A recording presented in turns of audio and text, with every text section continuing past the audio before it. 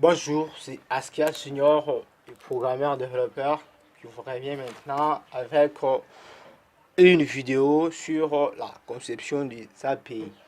D'accord, notre API, on va constituer ou soit programmer à base du framework Fast API. Fast API qui est pas mal un module, un framework web permettant de créer euh, les services web. Et puis,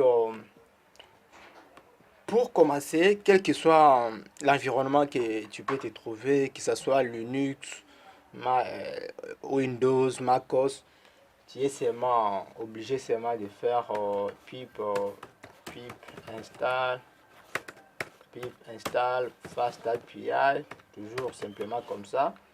Et après, tu fais encore pip install uvicorn. C'est ça les deux modules qu'on a besoin. Pourquoi? Fast API, c'est lui qui va nous permettre de concevoir notre API. Et Uvicorn, c'est dans ce genre un module qui nous permet genre d'agir comme un serveur parce que l'API sera obligé d'être exécuté sur le serveur.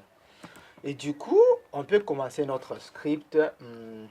On va importer d'abord notre module, on va dire from fast API, import fast API. C'est dans les tout premiers modules qu'on va importer, très essentiel. Et deuxième, on doit pas mal déclarer notre instance de l'API. On va dire c'est root. Le root qui va pas mal hériter le comportement des fast API. Et troisièmement, on doit alors faire notre route. D'accord? Et du coup, on va faire arrobase selon la convention, et puis app qui remplace l'instance de notre fast API. Et du coup, on va faire la méthode get. Get. Notez bien, si tu n'as pas encore la maîtrise sur des méthodes d'API, j'ai déjà fait une vidéo sur ça. Je mettrai un lien en commentaire, soit dans la description. Comme ça va vous aider. Juste un feedback. Avec les API REST, soit RESTful, il y a toujours des méthodes telles que get, telles que put, telles que delete, telles que patch. Et toutes ces méthodes ont des services bien précis. Et c'est en respectant toutes ces méthodes et ces caractéristiques que tu peux concevoir un API RESTful. API RESTful, c'est pas qu'il y a des librairies spécialisées pour les faire, mais un API RESTful, ça se classifie selon les comportements de l'API. Si jamais l'API ne répond pas à des normes RESTful, c'est-à-dire ça ne sera pas un API RESTful.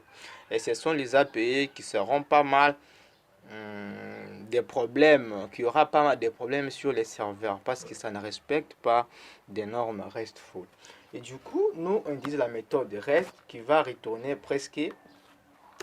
euh, qui va retourner presque la racine de notre API. Et on va associer une fonction à notre route qui sera comme, on peut l'appeler même bienvenue ou soit index. J'aime qu'on l'appelle index qui va prendre rien en paramètre et du coup on va retourner quelque chose à notre route. On va retourner quelque chose, on peut retourner même bienvenue, d'accord. Et du coup ici c'est déjà cool, on enregistre notre script et du coup on peut pas mal lancer les serveurs pour voir comment ça tourne. Et puis, pour lancer notre API, on sera obligé de se rendre,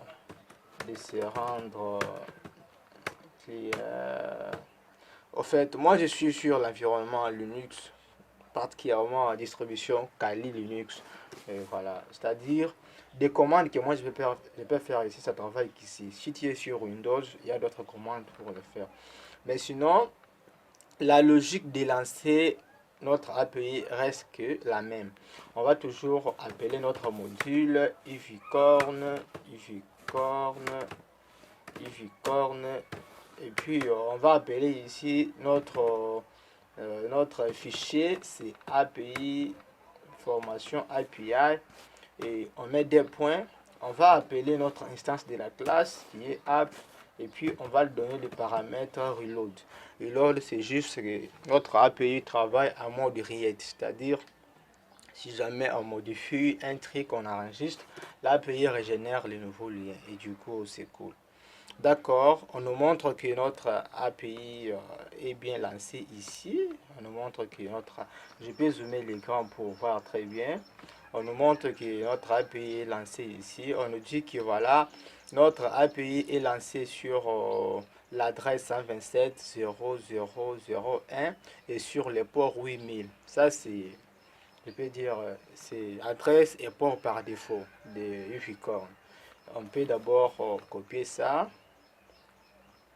Et du coup, on part sur notre navigateur.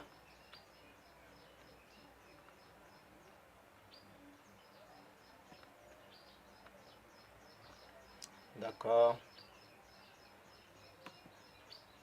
Et puis, si on va rechercher notre adresse ici, on va voir que voilà, notre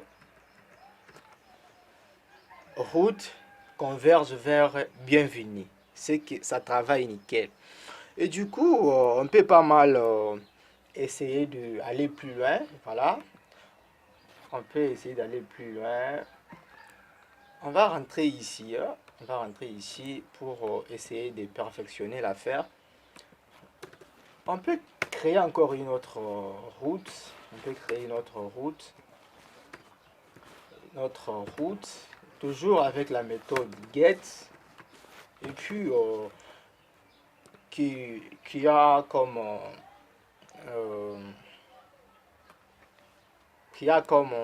architecture de la route, genre arborescence, et puis on dit récup, ou soit récupération, récupération.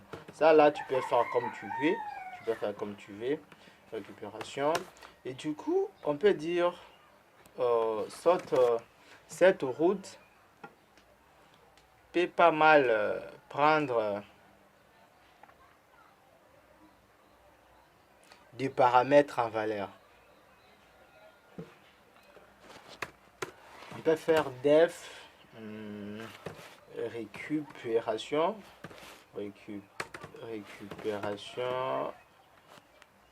mais notre API sera obligé, ou soit notre route sera obligée d'avoir les valeurs en paramètres. On va dire, on va avoir une variable nom qui sera stger, c'est-à-dire une chaîne de caractères. Et puis on va avoir âge qui sera un entier, d'accord? C'est-à-dire notre route ici va attendre des valeurs en paramètres. Et puis quand il trouve, il va retourner ces valeurs-là. Retourne. Il va retourner et puis il va dire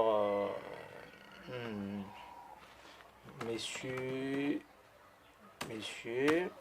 et puis il va appeler son nom, et du coup il va appeler son âge. Alors on suppose que si on va passer à notre route ici va retourner monsieur, il cite son nom, et puis Tia, il donne son âge. Mais ça, c'est la route, je peux dire, principale. C'est-à-dire, quand on tape seulement comme ça, ça converge vers ça. Mais si on tape la route genre récupération, et puis en tapant cette route a tendance d'avoir les paramètres. Vous voyez? avoir dans le paramètre. Et puis pour donner le paramètre à notre API RESTful, on doit mettre point d'interrogation. C'est ça pour interroger, genre donner les paramètres. Et les paramètres que notre API attend, c'est bien sûr que les noms qui sera une chaîne de caractères. Je peux mettre junior et, et âge. Alors, comme on ne peut pas laisser l'espace pour donner les paramètres, parce que selon les normes des web avec le HTTP, il n'y a plus de vide.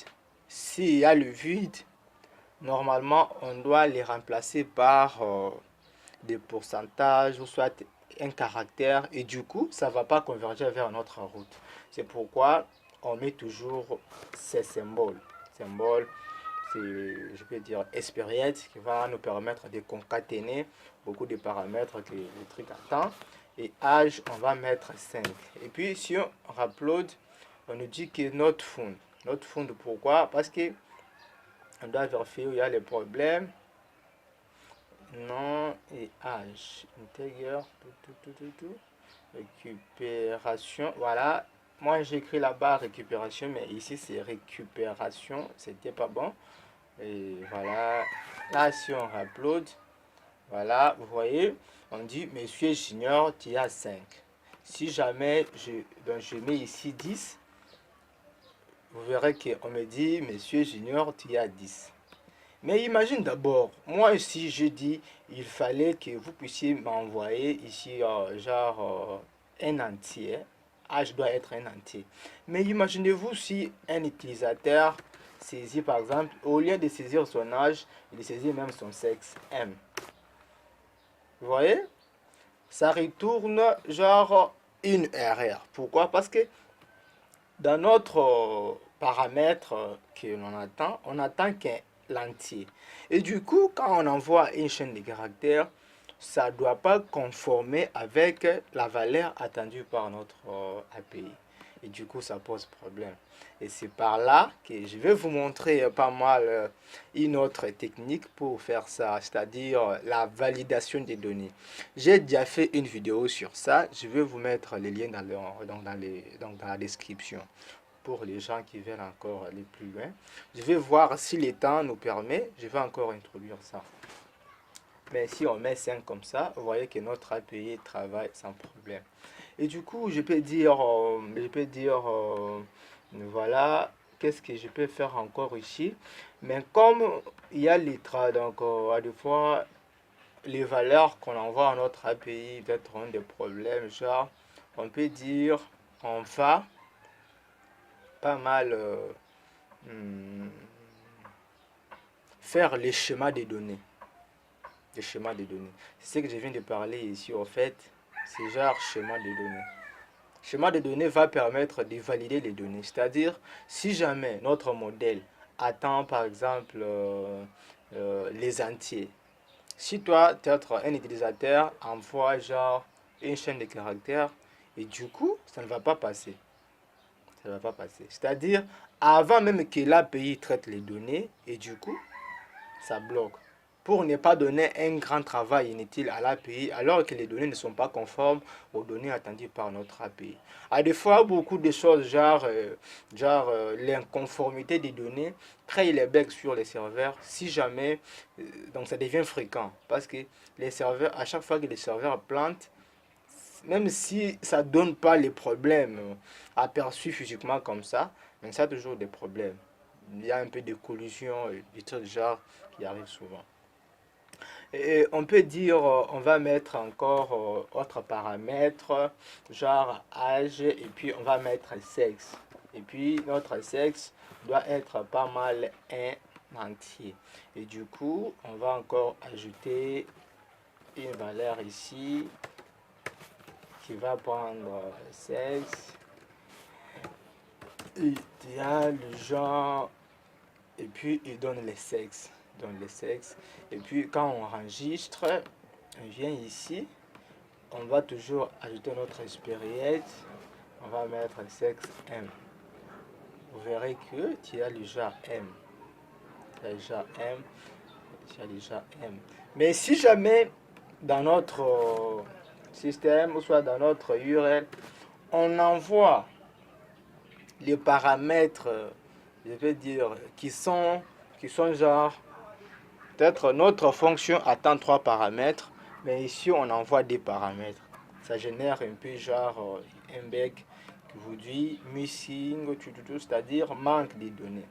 Mais missing, c'est-à-dire genre manquant, hein, c'est manquant de données. Et toujours dans le sens. Et du coup, si tu avais genre